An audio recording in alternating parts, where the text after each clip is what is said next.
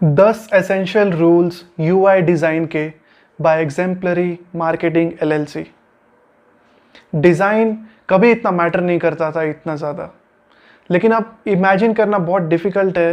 Apple के मीटोरिक rise global popularity के बाद डिज़ाइन यूजुअली एक बैक सीट ले लिया फंक्शनैलिटी के लिए।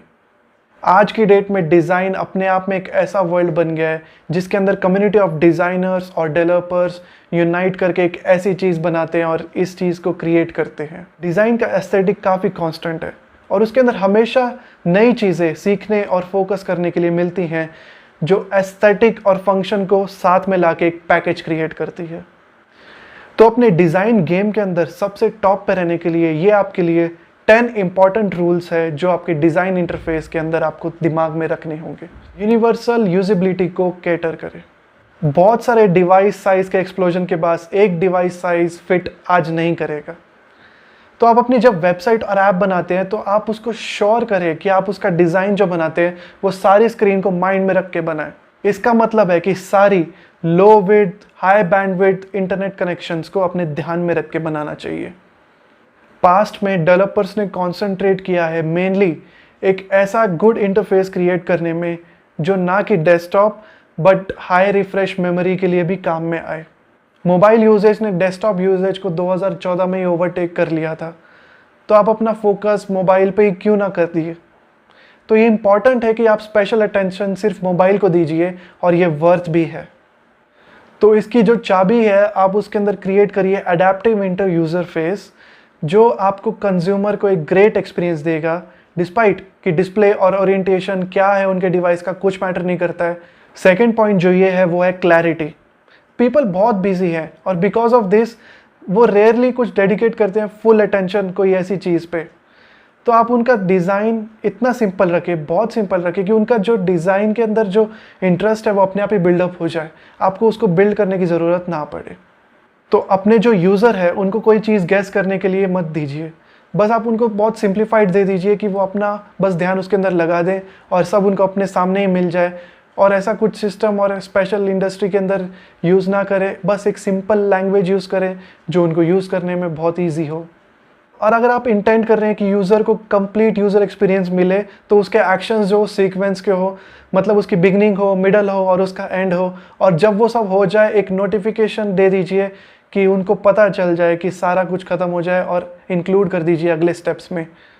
तो मैं आपको एक एग्जांपल देता हूँ। अगर आप डिज़ाइन कर रहे हैं पेज एक ऑनलाइन बैंकिंग सिस्टम के लिए तो आप ग्रुप कर सकते हैं सारे एक्शंस को, contact details, account details, profile settings. Instead उनको एक सिंगल फॉर्म में रखने के अलावा आप उसको ग्रुप करेंगे तो वो बेटर होगा। थर्ड जो हमारा है वो है प्रिवेंट एरर्स, मतलब आप एरर्स बिल्कुल निकाल दीजिए, उसके अंदर बिल्कुल एरर नहीं होना चाहिए। एरर जो है वो एक बहुत ही बड़ा पत्थर होता है विजिटर्स को उनके डिज़ायर एक्शन में लेने में। तो आप उसके अंदर बिल्कुल एज एरर, तो आप उसके अंदर बिल्कुल एक एरर बिल्कुल ना आने दीजिए। और कुछ रॉन्ग होता है या फिर कुछ गलती से खुल जाता है तो यूज़र्स उसके लिए रुकेंगे नहीं एक ठीक होने के लिए, वो सब बस निकल जाएंगे वहाँ से और वो छोड़ देंगे उसके। तो आप इतना इजी रखिए अपनी वेबसाइट को कि उसके अंदर बिल्कुल भी एरर्स ना हो और बहुत ही सिंपल हो वो यूज़ करने में, तो ये ज़्यादा बेनिफिशियल होगा। तो डिज़ाइन करते टाइम एलिमिनेट कर दिए कि पॉसिबिलिटी कि कोई भी एरर होगा और सिस्टम चेक होगा, तो उसके अंदर वो सब चीज़ें होनी नहीं चाहिए। एक एग्जांपल के लिए कि मैं बता देता हूँ कि आपके यूज़र्स को एक पासवर्ड क्रिएट करना है तो उसके 8 कैरेक्टर्स लॉन्ग है and includes a minimum of 1 digit. अगर आपका सिस्टम उनको क्रिएट करने के लिए दे देता है ऐसा पासवर्ड जो छोटा हो या फिर उनको नोटिफाई नहीं करे जब वो नेक्स्ट क्रिएट कर रहे हैं, तो ये सब जो एरर्स है ये सब एरर्स नहीं आने चाहिए। अगर ये सब एरर्स आएंगे तो यूज़र को आपकी साइट परफेक्ट नहीं लगेंगी और वो एरर्स फिक्स करने के लिए बिल्कुल भी नहीं रुकेंगे साइट के ऊपर। तो फोर्थ पॉइंट जो है वो है make the user interface consistent. Consistency होनी चाहिए आपके यूज़र इंटरफेस के अंदर कि सब कुछ डिज़ाइन कर रहे कि और ऐसे यूनिफॉर्म लगना चाहिए और कुछ ऐसे ऊपर नीचे अलग सा नहीं लगना चाहिए और कुछ सरप्राइजेज या फिर कुछ अनएक्सपेक्टेड रिजल्ट्स बिल्कुल भी नहीं होने चाहिए। वेबसाइट बहुत ईजी होनी चाहिए और वेब पेज ईजिली डिज़ाइन होना चाहिए ताकि आपका वेब पेज जो है बिल्कुल कंसिस्टेंट लगे और at the top of the game लगे। साइज़ और डिस्टेंस, ये हमारा छठा पॉइंट है, डिटरमाइन करना चाहिए साइज़ यूआई ऑब्जेक्ट्स की और उनका अमाउंट ऑफ वाइट स्पेस कितना है उसके बीच में। ऐसा नहीं लगना चाहिए कि अगली लगना चाहिए, मतलब सब कुछ नीटली और यूनिफॉर्म साइज़ में होना चाहिए ताकि उसको जब आप देखें तो आपको यूनिफॉर्मिटी लगे और देखने में भी बहुत अच्छा लगे। इसके वजह से आपकी जो पेज की एस्थेटिक है वो काफ़ी ज़्यादा इंप्रूव हो जाती है और उस पेज का जो लेवल है वो बहुत ऊपर चला जाता है। आठवां पॉइंट वो है गाइडेड एक्शंस। लोग ज़्यादातर एक्शंस नहीं लेंगे जब तक उनको पूछा ना जाए, तो इसलिए टैक्टिक्स, कॉल टू एक्शन बहुत ज़्यादा पावरफुल होते हैं एक कन्वर्सेशन को ड्राइव करने के लिए। नाइन्थ पॉइंट वो है प्रेफर्ड एक्शंस। हमारी कंपनी में हमने नोटिस किया है कि वेबसाइट विजिटर्स को ज़्यादा नहीं पता चलता है कि वो हमें कॉन्टैक्ट कैसे करें।